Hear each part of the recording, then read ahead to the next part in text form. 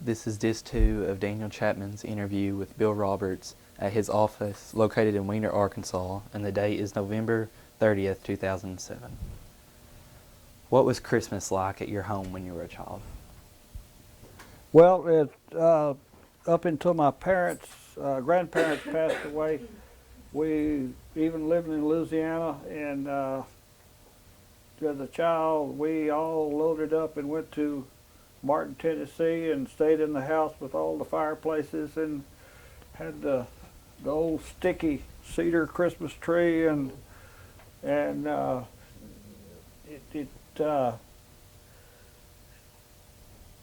all the traditional stuff of their three boys, my dad, my two uncles, and then the whole family. You know, everybody just crowded in, had a ball, and you know, if it snowed, it was fantastic. And one year we went up there, and I guess it was during the war, and the gas was rationed, and we had to. I remember Daddy and them. They didn't have plastic 5-gallon cans then. They had to build something to put a wooden box and put gas in, because they had coupons. You had to have coupons to buy gas. To get enough gas, my uncle, I had one uncle live down there, see. He and his wife, and then Mother and Daddy and myself, and so we all went in one rig. But I mean, that was a great deal. And then when I finally slipped around, and I wasn't old enough, but I got to participate in their boiled custard with a little spiking in it, you know, got to taste that. I could always have the boiled custard with no spiking, you know, because, I mean, my grandmother and granddad, I mean, they were, hey, I mean, but Granddad got to buy a little bottle of whiskey for Christmas, for flavoring. Flavoring is what they called it, okay. But it was all traditional. And then, of course, Christmas has always been huge for the Clark family, my wife's, and then also the Roberts family. And and now it's gotten so huge that this year we decided to draw names for the Roberts side, and also for the Clark side. Because I mean, you know, I think I lose track, 10 or 11 grandkids, which we're going to do all the Christmas for the children, but the adults going to get one present. And but Christmas has always been huge, and we like to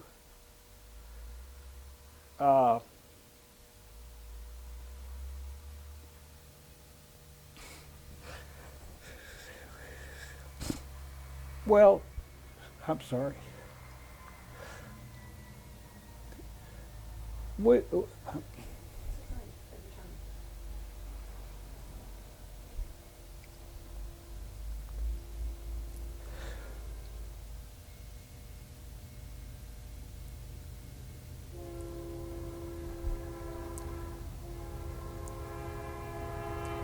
I'm sorry.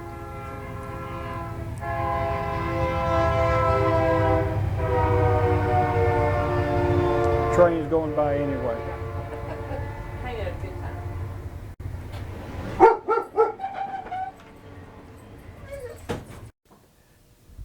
Okay. All right. What we like to do is a situation, and we like to do for other people, other kids, and we like to do it unrecognized. It gives us a great thrill to help other kids, people. Excuse me, I don't mean, I'm not bragging or whatever, but to me, it's that's what it's all about.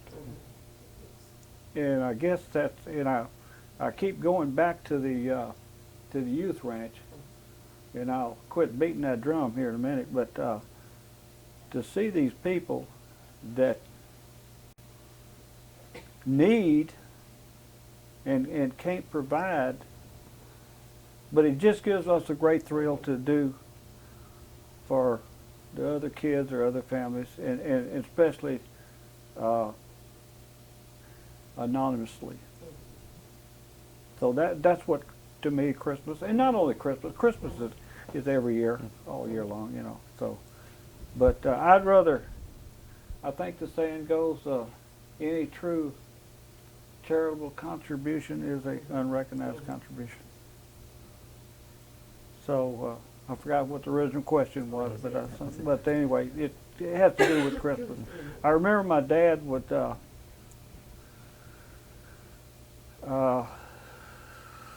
do this every Christmas, in particular Christmas, but all through the years, you know, at different times. And, but he would provide the funds because he didn't have the ability, or maybe he didn't want to have to take the time, or couldn't, but he would give a certain amount of money or whatever to 2 or 3 or 4 people, and I never will forget. And somebody said something to me about it at one time. And they'd just take that, they'd buy clothes, they'd buy whatever, and provide for different families that they would get. And that's the thrill, you know, to for me and Jeannie. So, okay. Can you tell me a story about a birthday you had as a child that stands out in your mind?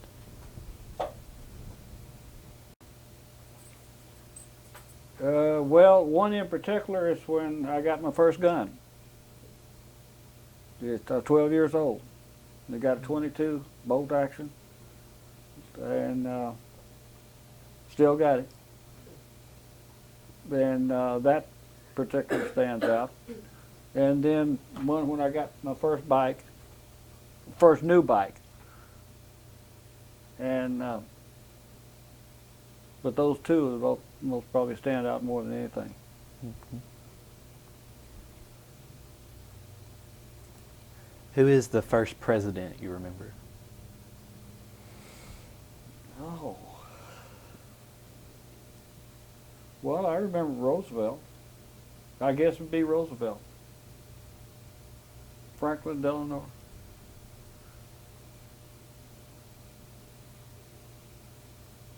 Wasn't he president? The president of what? What is the thing you remember most about him? Well, it's the on the ship and signing the peace treaty with Japan, and that stands out. And of course, they still show it a lot too, every occasionally. You know, I like that History Channel, and of course, Harry Truman, but he.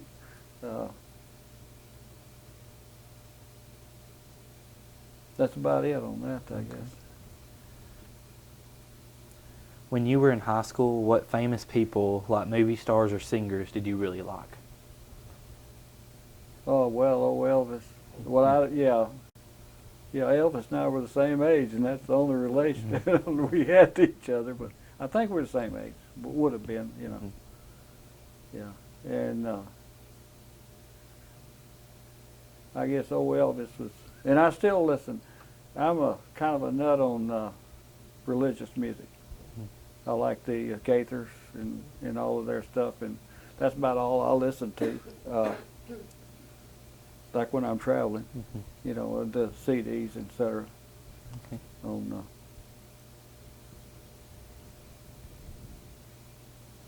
Tell me about what high school was like for you. high school. Mm-hmm. Oh, I had a ball. It was up here in Jonesboro. You know, we had a lot going on, and like I say, I didn't participate in football. I didn't weigh enough, and but did golf, and I played in the band one year. 1 or 2 years, and but we just had a lot of activities, and we were in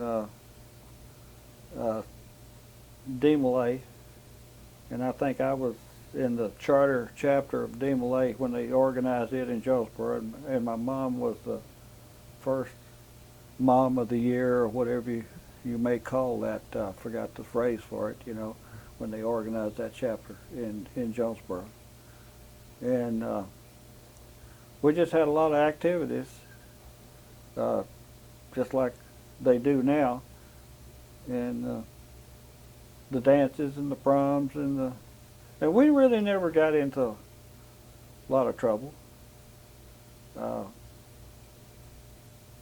I do remember one time when I had that Jeep I was telling you about that didn't have any top to it, and we had I had put the windshield down, and we were loaded down with people,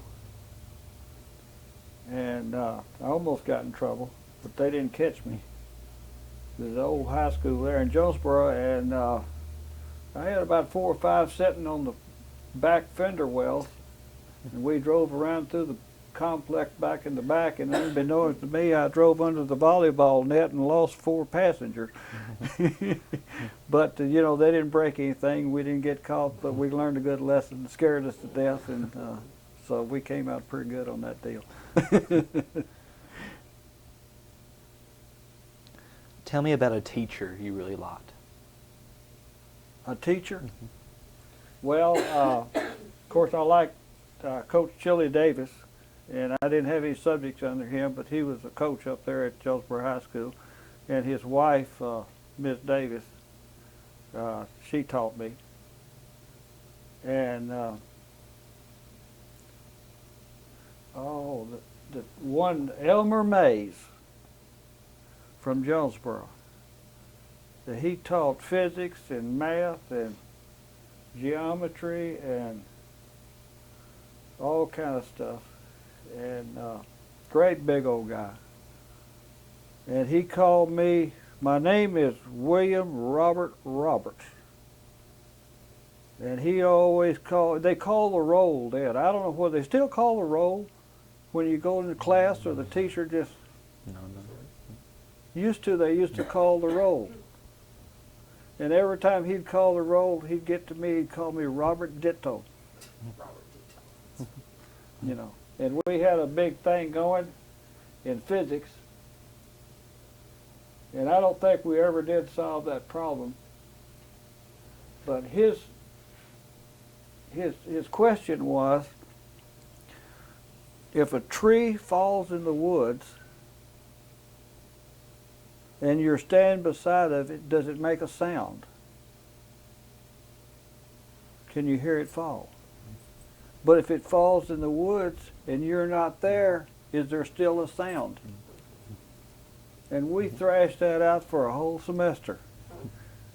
Mr. Mays and Clay Kenward and myself and a number of other ones, and I don't think we ever solved that problem to the satisfaction of anybody. But Mr. Mays, he had a reason for doing it, and I don't know what it was, but he did. But he was a dandy, and then Miss Davis was. Was there a teacher that you didn't like at all? Well, there was in college, but not in high school. How about that one? No, not really. No, I can't say that the one that I didn't like. Okay.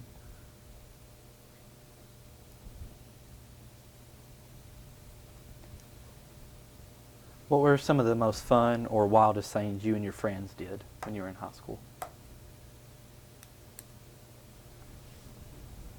Well, I guess with that Jeep and everything, the story I told you that, and then of course, you know, if it snowed and everything, I mean, that 4-wheel drive Jeep, I mean, we were in tall cotton, you know. Mm-hmm. And finally, you know, I did get a half top, but and we had a lot of good golf trips. going to golf tournaments, playing on the golf team. And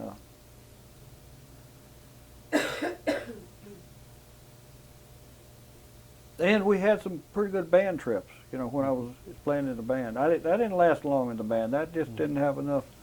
I mean, no, I'm not being derogatory towards band, but that just wasn't enough action for me. And then, of course, it didn't have to do with the school, but then the scouting. We had a lot of fun in scouting. And I'm just sorry I never did go ahead and go for Eagle. I just never did. I got involved in other projects, and it'd mean a lot now to be an Eagle Scout. But that we had a lot of good times.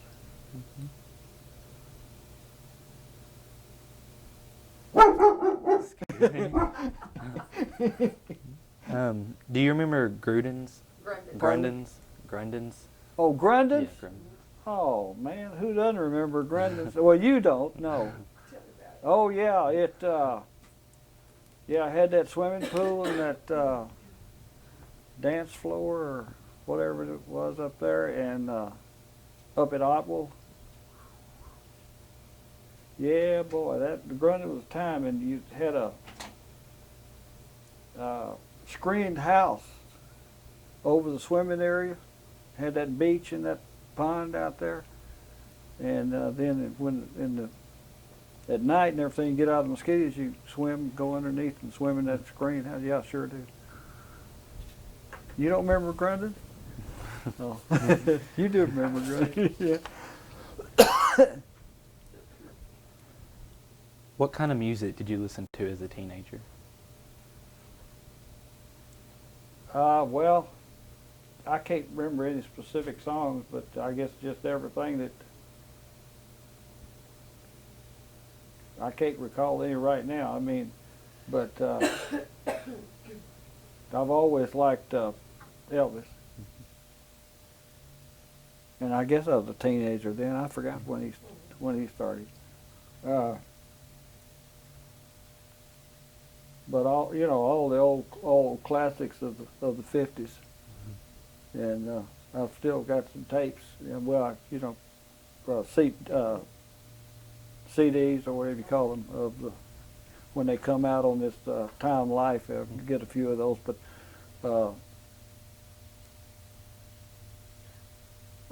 Were teenagers, were they buying records or were 8-tracks? What could you buy then? Well, they had the 45s. The 45s, okay. Yeah, and then they had that big old 8-track. Yeah. I've still got a whole bunch of them back here in the warehouse. I don't know why I don't get rid of them. And then the little compact deals. Of course, now it's all those CDs. Yeah.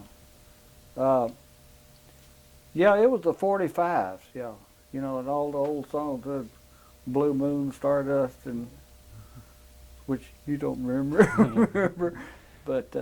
And of course, you had the rock and roll, and I can't remember right offhand all the stars, but it whatever was on the hit parade, I guess. Yeah. Who taught you how to drive? Well, I learned how to drive when I was about 8 or 9 years old down in Crowley at that Pepsi-Cola plant, and there was a fellow down there, one of the partners in it, his son. And he was about 7 or 8 years older than I was, and he taught me how to drive. He had a GMC pickup. That's how I learned to drive. And then I went right from that pickup to the Bob truck delivery trucks. How old? I was 8. Yeah, I would when the driver. See, I was down there every afternoon after school, and then of course as time went on. And when the drivers came in, I got the truck. And I would take the truck and fuel it up, check the oil. And of course, they were overseeing me. And then I got to back it in, and they got to unload the empty bottles. They had bottles in. Then a case of cold drinks, Pepsi-Cola or the other beverages that we had, or Dad and them had, The whole case cost 85 cents. And there was 2 cents deposit on each bottle, the 24 bottles of the case, and 12 cents on the, they called it the shell, which was a wooden carrier. And then all of that had to be taken off by hand. You know, they didn't have forklifts. Well, we had a forklift, and the bottles and stuff were on pallets, but then you had to take it off and put all the cases and take all the empties off and take them to the washer, and then and then reload it for the next day. And so I got to drive the trucks, and fortunately I didn't run over Did you anything. have any trouble reaching the clutch? I had a big pillow because the truck drivers get mad if I move the seat. Yeah. No, I'm serious. I had a big old pillow put behind me, and of course they were just like Bob trucks, you know. And well, when I was in high school, Dad and them, when we lived up here, Dad and them bought 2 Ford delivery trucks in Memphis. They had some connection in Memphis, but those trucks had to be delivered, or we had to pick them up in Memphis, and then we had to take them to Crowley. And so my dad got myself, and I got a friend of mine, and we drove those trucks to Crowley without a bed on them. But then they were governed until they were broken in at 45 miles an hour. So we started out here, and that's 500 miles. Took us 2 days. So we drove those 2 Bob trucks down. Of course, we started out with, they had, I think, 100 pounds of air in the back tires. They're, you know, the duals. And when we got somewhere, we started bleeding the air out, and we bled them down to 35 pounds each going down, because the roofs, you couldn't stay in them because they didn't have any beds or anything on them. But that's where I learned to drive. Tell me about someone you admired or looked up to when you were young.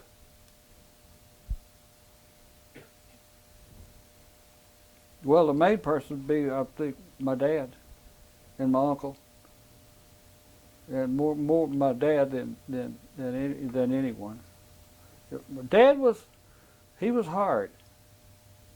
He was. I mean, we went camping at times. We went, and he participated in everything. But lots of times we would ride. In the summertime, I'd ride down with him and ride back, see, and from Jonesboro to Wiener, and lots of times we'd make the trip one way or both ways, and he may not even, you know, speak too much, but of course he was thinking, using that noggin, because he's a businessman. But then, you know, we got time to play, we played. And but he's I guess the main influence in my life.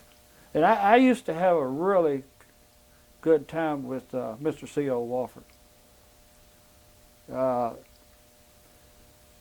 When I started working, he would, I helped him a lot, or he'd come get me to go to the farm or go do whatever at the farm, mostly at the farm, because I was working up here at the rice mill. And I never will forget one time I told Mr. Wofford that, well, I'll just meet you at the farm. I'll just drive my rig at the farm. I'll meet you. He said, no, I'll pick you up here at the rice mill. I said, well, why can't I just meet you out? He said, no, if you've got your rig out there, then you can get away from me. No, but if I pick you up, that's your transportation. So, and I could understand because he knew me.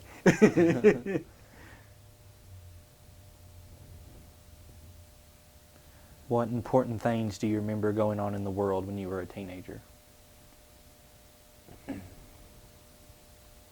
Well, main thing I think then was Korea. And I don't remember exactly the dates without looking back. But during that time, I was in Washington for 2 months during the school year. And a friend of mine named Sonny Robertson from Jonesboro. We were in the same class. He was a page, and I don't know how it worked out 2 months, but it worked out 2 months. We stayed up there 2 months. We roomed together, and then I worked in Representative E.C. Took Gaffney's office for 2 months, and that was during had to be the Korean conflict, because in the house that we lived in there was a couple of vets that were in Washington, and they were living there telling us about Korea and how cold it was, and they all had been frostbitten, and that's what I remember about that.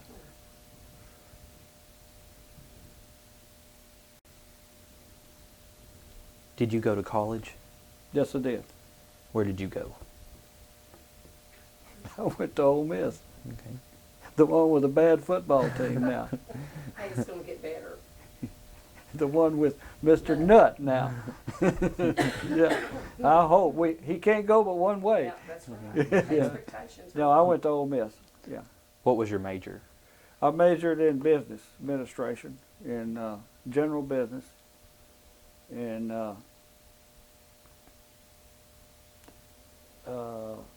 yeah. Well, that was the major. Yeah.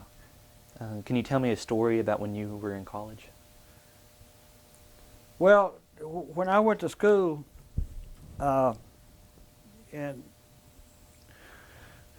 there's an Abernathy in Jonesboro, Hawk Abernathy, A.H., he was a vet, and his son was down there who played basketball. And I just kind of got involved with that basketball, just going to practices and all that. But so they needed what they call assistant manager. Now the manager he washes all the, has all the stuff washed and takes care of things, and so I got to hanging around there and messing with them and everything. So they called me the assistant manager, and I didn't get to make any trips or anything. But then the next year, the manager, he graduated and everything, so they offered me that position as for being the manager of the basketball team. So I was manager of the basketball team for 4 years. And of course I got to go to every school in the Southeastern Conference every year, because we played basketball. I played in every school, see. And to me, that was the most advantageous part of college. I mean, I was 19 years old, and I had a job thrust upon me to take over this, or to do this job. And unbeknownst to me until the first road trip, the coach told me to go up to the business office and draw the money. I'm 19, maybe 20 years old, and draw the money for the trip. So I go up to the business office, and they count out then $1,500 in green stuff. Well, it scared me to death. So I went to the coach and told the coach, I can't carry this much money.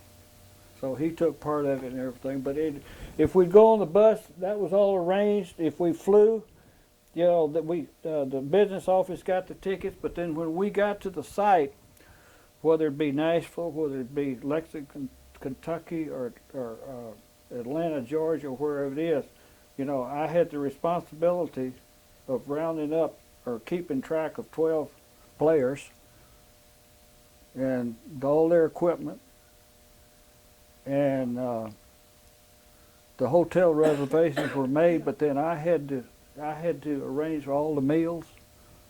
I had to do the bed checks and the whole thing. And it scared me to death at first, but then after I got used to it, but I think that helped me more than anything. And I never will forget down in Baton Rouge, we were playing LSU, and we have a pregame meal at 4 o'clock. So I went down to the restaurant you know, that morning to arrange for the pregame meal, because it's all changed now. But the coach wanted a 4-ounce piece of either steak or roast beef, mashed potatoes, green beans, so and so, you know. And he didn't want any fat, and that's just the way they did it. Well, we went down for the 4 o'clock pregame meal, and they had a piece of meat about the size of my head, and the guy had made a mistake, and instead of 4 ounces, he served them 14 ounces. And of course, I told the players, don't eat all that, you know, whatever. But anyway, I was just lucky that the coach didn't come down there and see this. And of course, they chowed down, and we didn't lose but about 35 points that night, you know. Everybody had to waddle down the court. But anyway, back to the point is that I think gave me the responsibility. And also, not only that, I was on scholarship.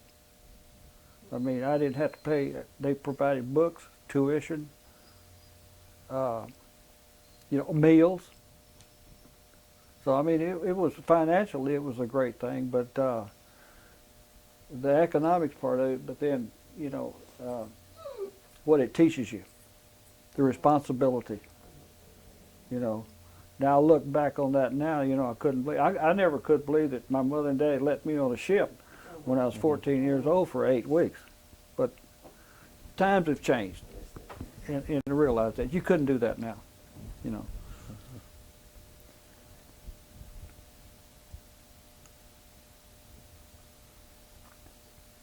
Tell me about an object you have other than a photo that is very important to you, something that you value. Oh, what now? An object other Oh. than a photo that's important to you, that you value.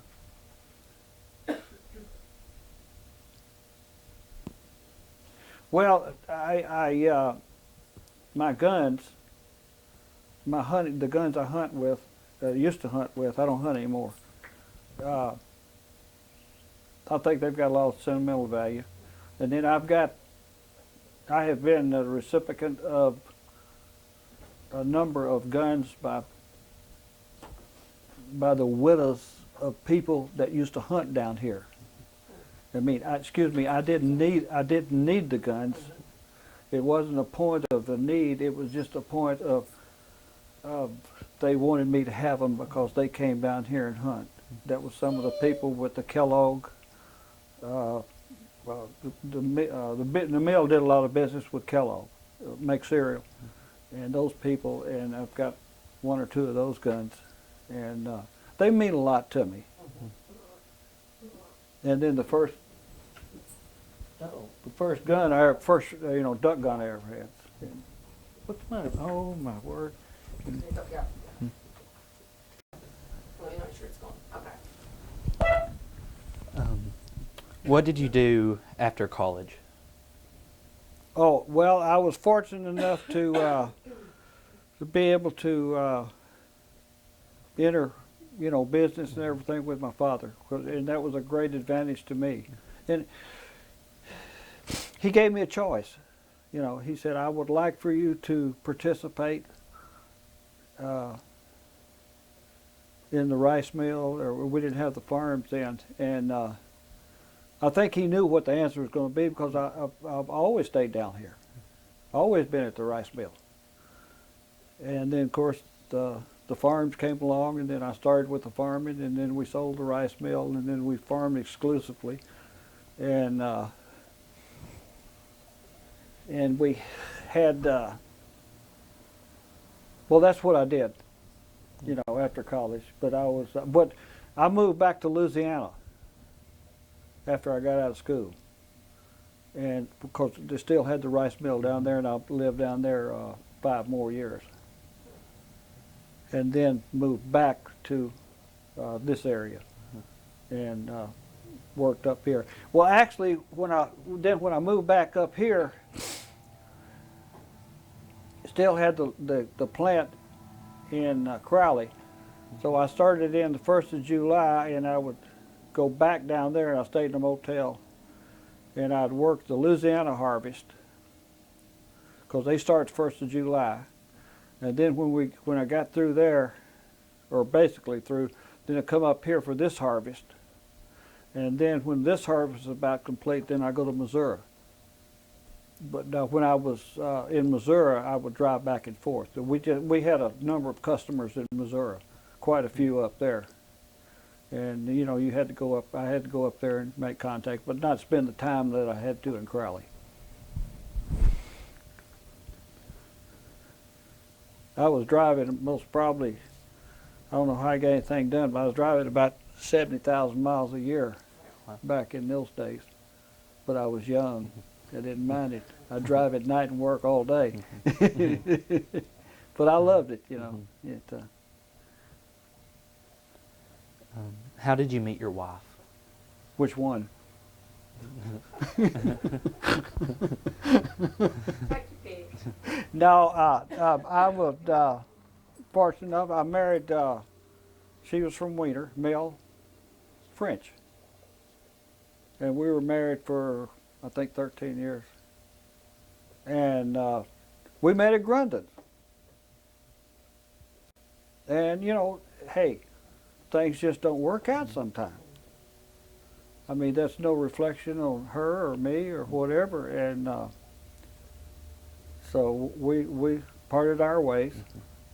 And then after that, I was infatuated by Jeannie, and she's Jeannie Clark, and she lived in Otwell with her, still with her mother and daddy. She was 25, and we dated, and then we married, and we've been married going on 34 years.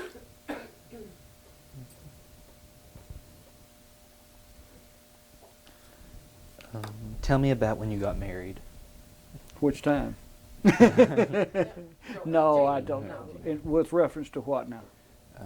What was your wedding like? Oh, well, You talk about Jeannie. pardon You me? can do Jeannie or Mel, either one, it doesn't matter. Yeah, I think I'll need to go with Jeannie. Okay, that's what I would do. Self-preservation, That's what you I know. would do. No, it's, hey, you know, Mel and I, we did fine, and so that's no problem. No, we were married in Jonesboro at, by one of her, at the church where she went, the Ridgecrest Baptist Church. And that was her first marriage. And then Jeannie and I don't have any children together, but she's just like mom to all of them, and you know, and grandma and all that. So, but it was you know, church wedding. And actually, the wedding that wasn't open to the invitation, I guess, or the public. I don't know why, and we've often discussed that because it was just the family, etc. And then, of course, they had a reception after, and the reception was larger than we'd all expected, I think, you know. But Did y'all go on a honeymoon? yeah, we went to Michigan. Jeannie doesn't call it a honeymoon. We went up there and met some friends up there that with the ones that come down here and hunt and went snowmobiling. It was in January. Cold. Yeah.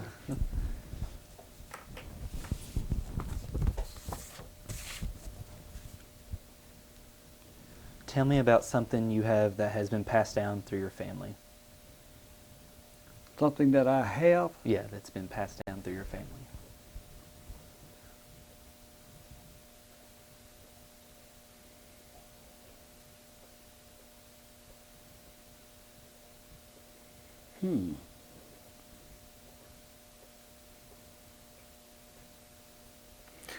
Well, I have started passing down to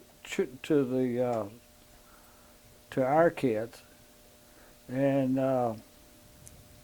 like my grandmother, which would be Buddy on my mother's side, had crocheted a lot, and she had made crocheted bedspreads and what they call doilies, I think, and different things, and tablecloths, and that was passed down to me, and then I have passed that down to our kids now. That's one thing that I can remember. My dad's some of his guns. He never did do anything but duck hunt. And of course, after he was paid, I had them, and then I passed them down to my boy. And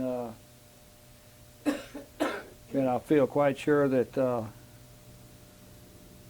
Jeannie. Well, I know Jeannie has passed down stuff, to. But I can't tell you any particular. Oh, I tell you what Jeannie really did. Well, no, this wouldn't be passed down. Go ahead. I'm sorry. Tell me what you remember about the fear of nuclear war and fallout shelters. Nuclear war.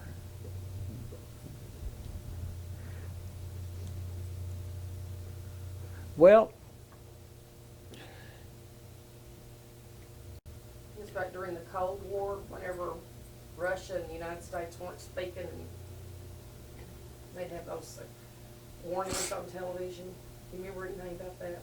yeah, yes, I do. Well, I don't know. It gets into a lot of politics, and I guess everybody has different theories. Everyone has different theories on that. I think the main thing that you would do, that I would say on that particular situation would be just thank goodness it's not over here.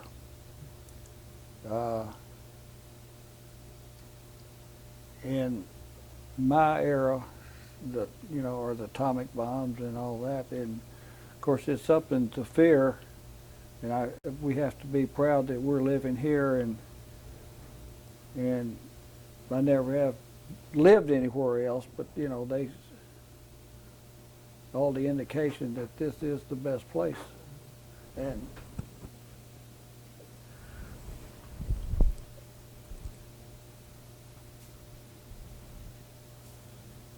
Tell me about the television programs you remember watching when you were younger. oh well, real young is Howdy Doody. Yeah, which you don't remember, but yeah, I remember the first TV was a Dumont, in black and white with a kind of a rounded screen and all that. And all the, I mean, it was a big event every week, when they first get a TV for all the programs that, oh, boy, you're really taxing my memory. Gary Moore and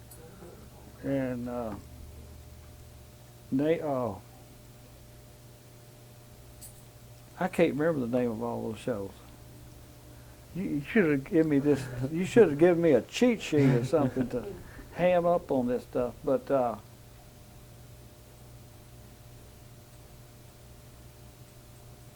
I can't remember $64,000 question or different stuff like that. It was.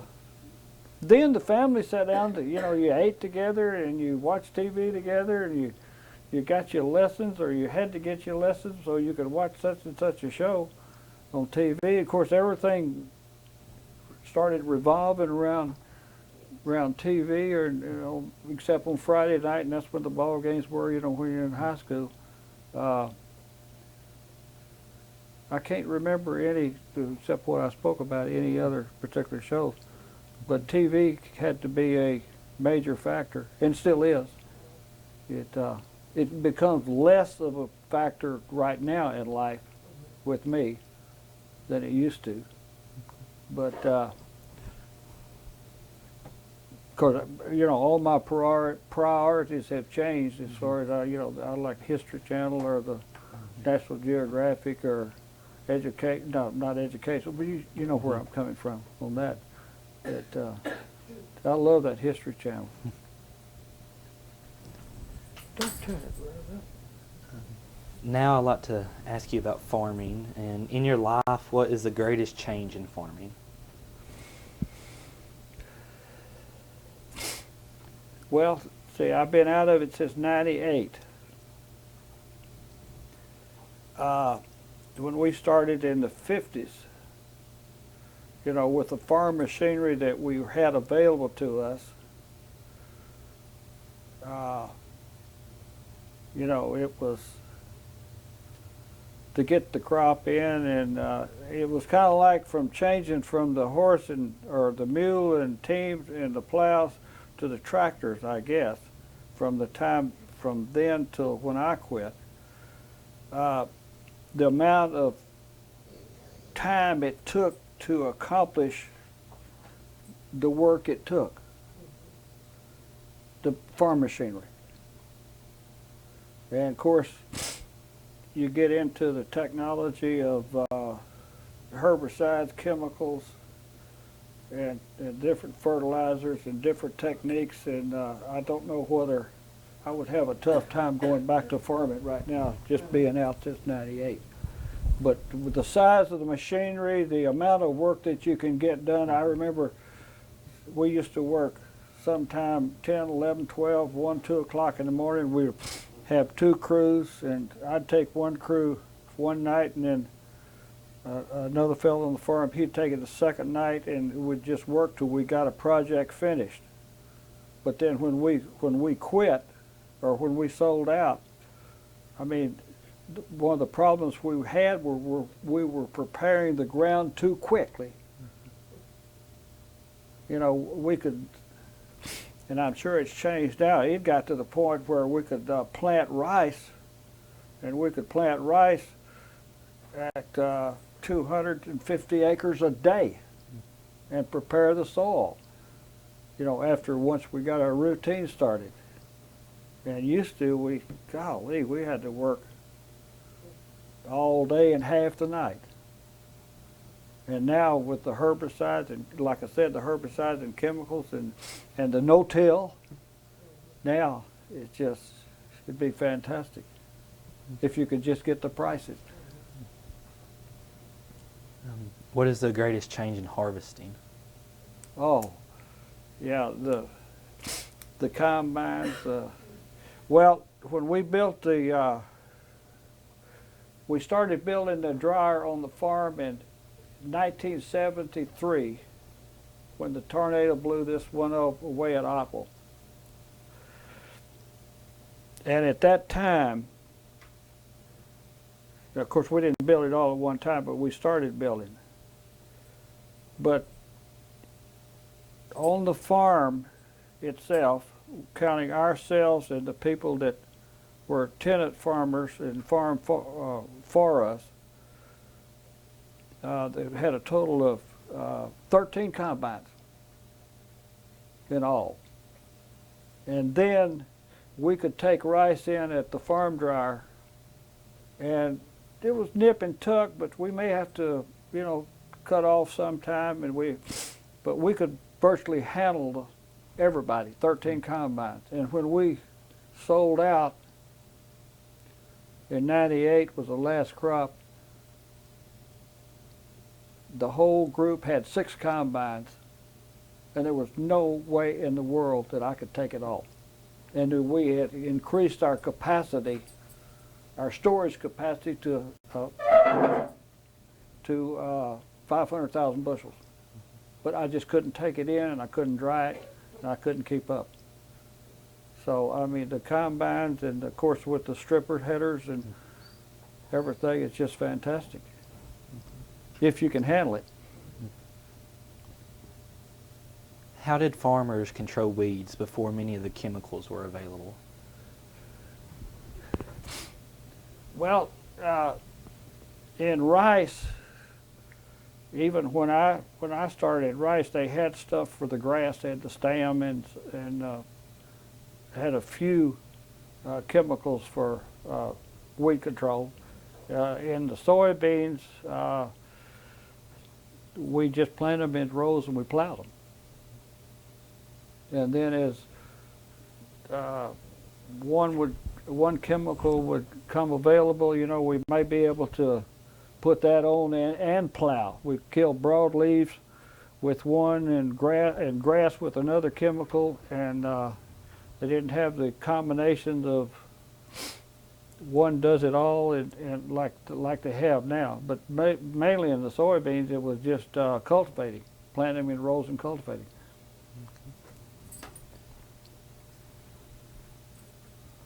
How were rice wells put in when you started farming? How what? How were rice wells put in when you started farming? Well, we had some, when we bought the farm, they had some open pit wells out there that had been hand dug.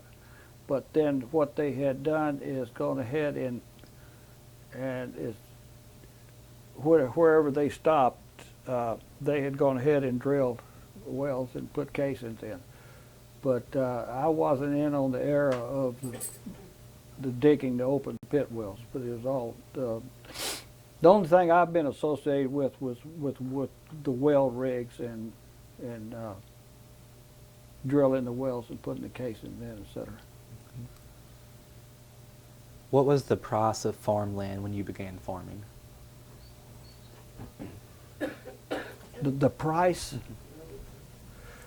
Oh, I guess it was about $100 an acre, most probably. $100 to $200 an acre. Would you advise someone to be a farmer? Well, I don't think there's a better life. And I really mean that. I can't say, I don't think financially, no. Too much overhead, we don't get enough for, they don't get enough for the crop. It's always a fight for the price, the same old story. I can't think of a better life. I loved it. I never dreaded going to work. And Jeannie loved it. We worked together. She helped me on the farm. Yeah, from driving tractors to, you know, sowing levees, or of course every year during the harvest, you know, she worked at the, she kept at the dryer. And that gets into another political situation to talk about. But one of the main reasons we sold the farm is we were lucky enough to get our price, and we didn't have any children that wanted to follow. And the water situation, the water table. Of course, we built a reservoir to help with that situation, but that doesn't take care of the whole farm. And if we, most probably if we had stayed there, we'd have loved it, and we'd have loved it to death. But the answer to your question, whether I would advise everybody to get into farming, I think that's a twofold question. If you really want to get into something that you really love, I think yes. But if you want to really make a good living at it and not fight all the politics and the prices and the farm programs, etc., it would be no.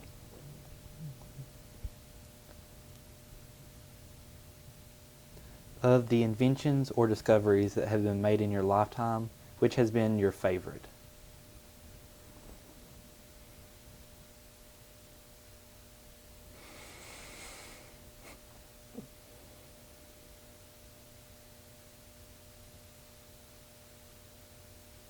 Oh, that's a hard one. Could you give me a multiple choice on that? Uh,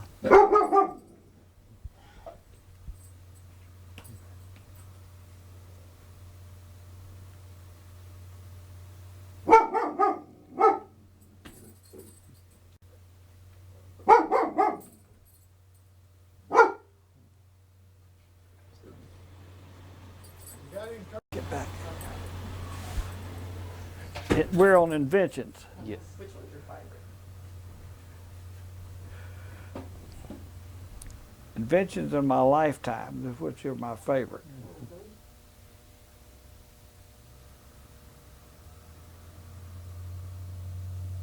Well, I know what Tommy Walford would answer to that, airplanes. Yeah. uh,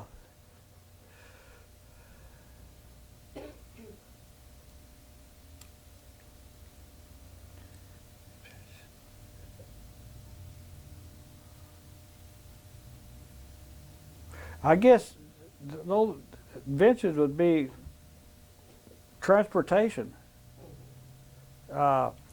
In general, I can't. That's a hard one for me to come up with.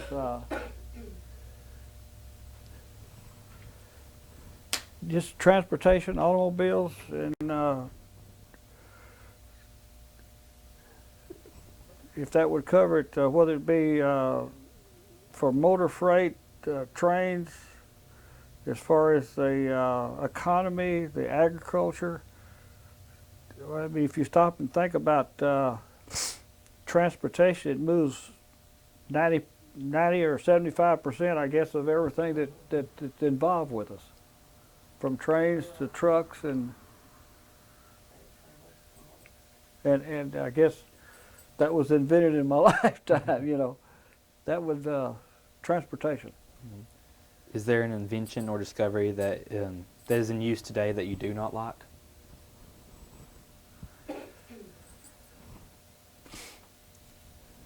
Well, this is kind of a defeatist attitude, I guess. I think we needed it, but then it's overstepped its bounds. I think we depend on it too much, and that's the computer. I don't think we can do without it. It'd be impossible to do without it entirely. I think we depend on it too much. Now, personally, I'm not a computer person, and I know that's a detriment to me, knowledge-wise, communication-wise, et cetera, et cetera. I guess I may be old-fashioned, but I think it makes not everyone, but a lot of people too lazy and too brain dead. Now, that's just my opinion, because I think they depend on it too much. And then being on the old-fashioned side, and I don't think this is the way we need to be entirely, but that's just like my dad. Never used a calculator or an ad machine unless he had a column of figures, but he used his brain. And I've tried to do the same thing myself. And I still go by the old theory, if you don't use it, you lose it. And I think when people depend on it so much that they lose a lot of their thinking ability. But then where would we be in this world today if we didn't have it? I mean, you know, we couldn't go back to the old way. But I envy the grandkids. I envy you and other people that can go to that computer and pick up so much information. And I'm not speaking of the invention of the computer destroying everybody. We've got to have it. It's one of those things. We've got to have it. Look at the technology and the stuff that we can do with it that we couldn't do before, but I think we just depend on it too much.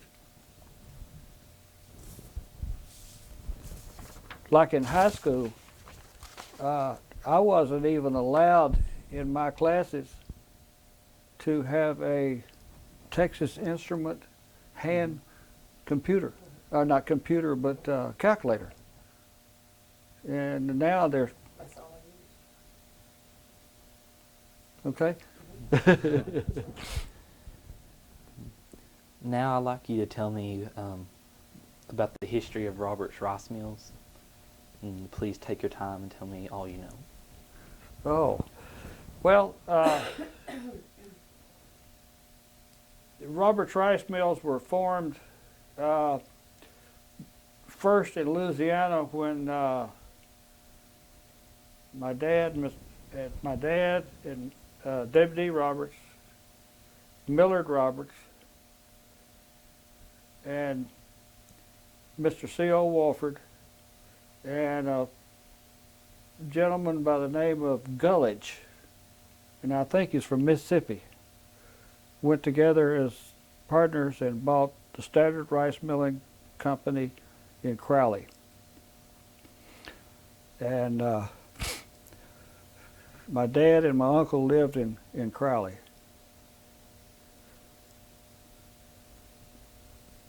And then in the 50s, they started building this rice mill here in Weiner, which was Robert's Rice Mills, Inc. And I can't tell you the exact date, but it was built with, part of it was German labor, prisoner of war labor. And Mr. Walford participated in it as far as the construction. And as I understand, Raymond Cart, which is deceased now, he helped in construction of the silos, etc.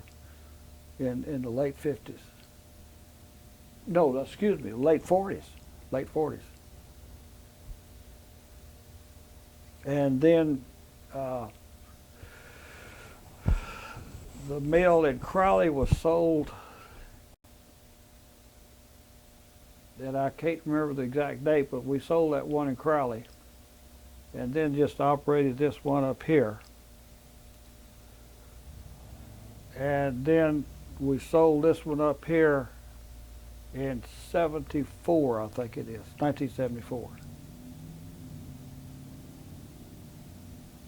And that's the short scenario of the Robert's Rice Mill.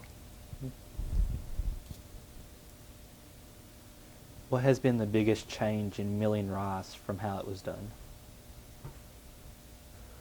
Oh, well, I think that would be in the technology and the equipment. It,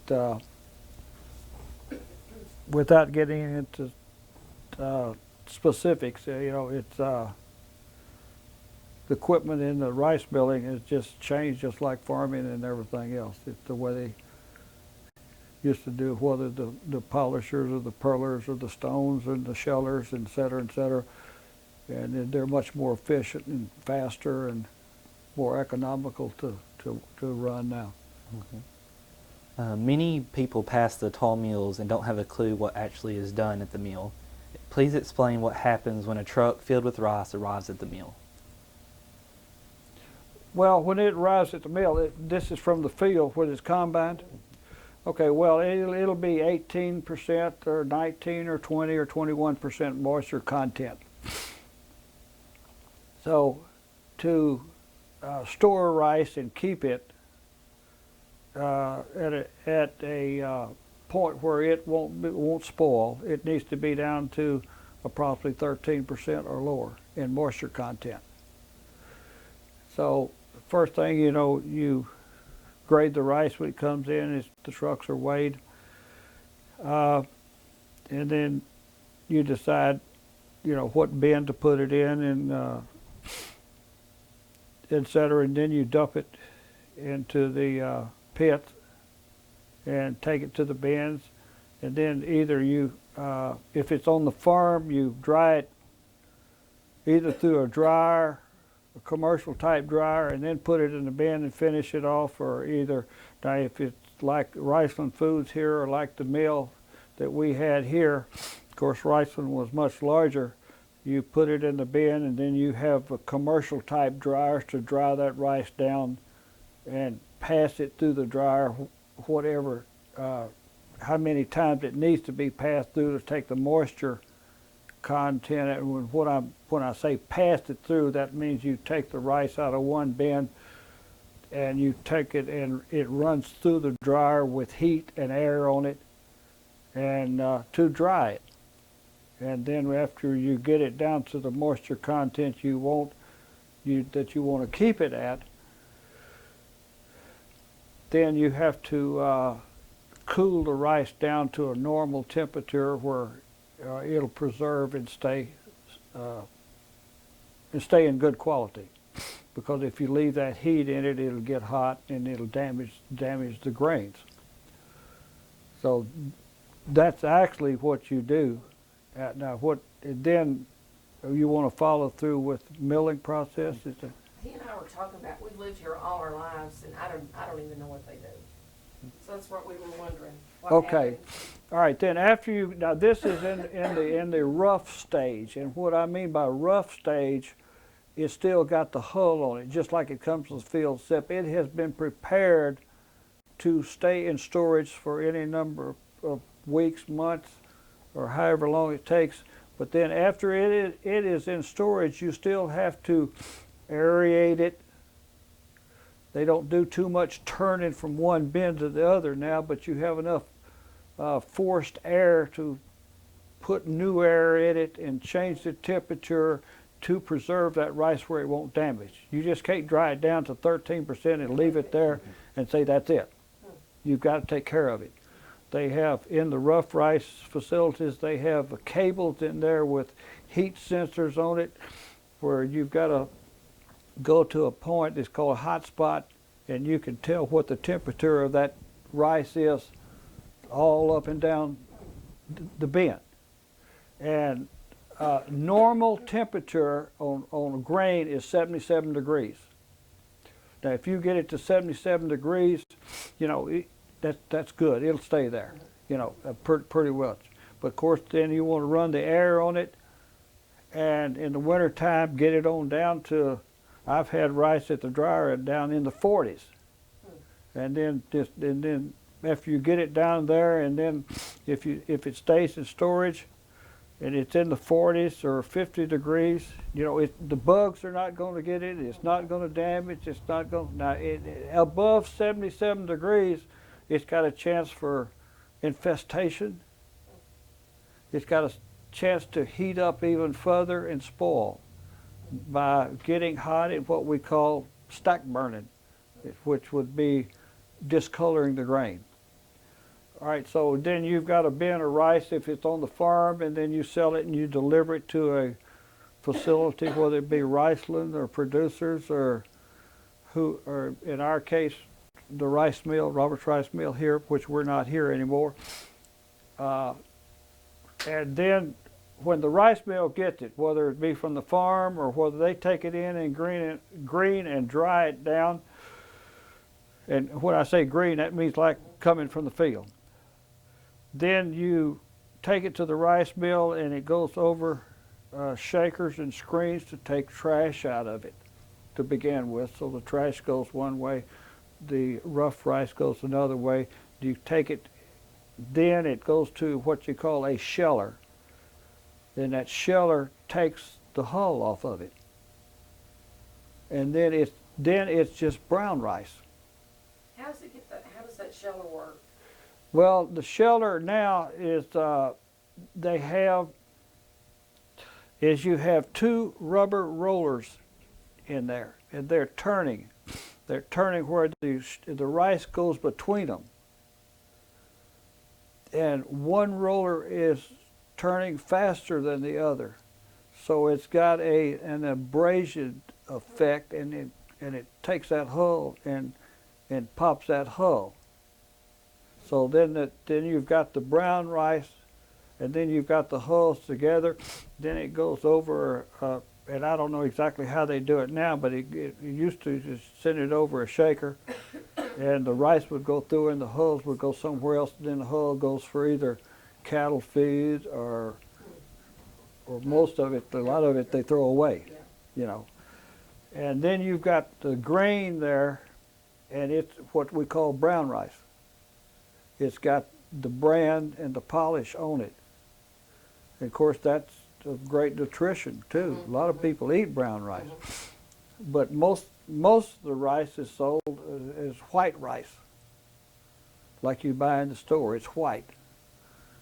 So when you send it through what they call now, I think they still call them. They call them perlers, and it's a cylinder type with an outside stationary with screens inside of it, and it's got air on it to pull the bran off. That's what the brown stuff is, bran.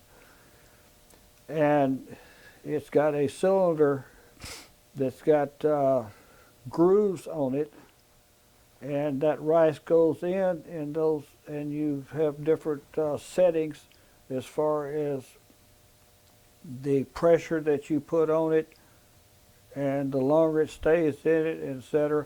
And that mills that rice or takes that bran and polish off. And then the bran and polish goes to the feed portion of the mill to make cattle feed. And then the white comes out at the front of the machine, the perler, and then you've got a situation where you've got whole grain, half grain, quarter grains, and what they call broiled rice. And then from that it goes over to a series of screens or shakers or rotating cylinders which take the broken out. And then the end product will be whole grain. I say whole grain, that means a grain that's not broken. Okay, then if a customer wants a rice that has 20% broken, and some people sell, 15, 20, most of it that you buy in the store will be like what they call 4% broken, or whole grain rice. I mean, all the rice is good, but the American consumer wants the prettiest and the whole grain rice. And then what they do is they blend and mix back to get whatever percentage of rice of broken they want in it for whatever sale that the mill would happen to have. And now, of course, nowadays too, you have parboiled rice, which the rice is pre-cooked in the rough and then milled and then shelled.